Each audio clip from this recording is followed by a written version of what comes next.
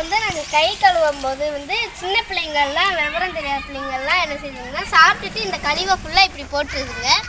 அது நாங்கள் இது பண்ணும்போது அங்கே போய் இலை இந்த கழிவு ஃபுல்லாக அந்த குழாய் வழியாக தண்ணி போக விடாமல் அடைச்சிக்குதுங்க.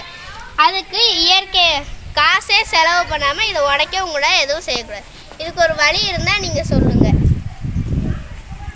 நேற்றே நீங்கள் கமெண்ட்டில் எல்லோரும் சொல்லியிருப்பீங்க, நம்ம பாட புத்தகத்தில் எப்படி ஒழுங்கான பொருள் ஒழுங்கற்ற பொருள்லாம் படிச்சிருக்கோமோ அந்த மாதிரி ஒழுங்கான பொருள் நாங்கள் போட்டோன்னா சமமாக ஆகி தண்ணியும் கழிவு வெளியே போகாமல் ஆயிரும். ஒழுங்கற்ற கல் இப்போ நம்ம போட்டோன்னா அந்த கழிவு மட்டும் மேலே இருந்துட்டு தண்ணி வெளியே வந்து ஏற்றிடும்.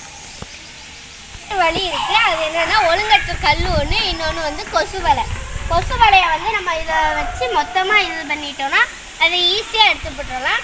இன்னொன்று இந்த ஒழுங்கற்ற கல்லை இப்படி போட்டோன்னா தண்ணி மட்டும் அந்த கேப் வழியாக உள்ளே போகும், கழிவு ஃபுல்லாக வெளியே இருந்துடும்.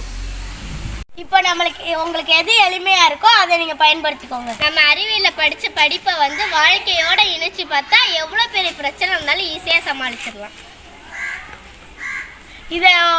இந்த வீடியோ உங்களுக்கு பிடிச்சிருந்தா லைக் பண்ணுங்கள், ஷேர் பண்ணுங்கள், சப்ஸ்கிரைப் பண்ணுங்கள்.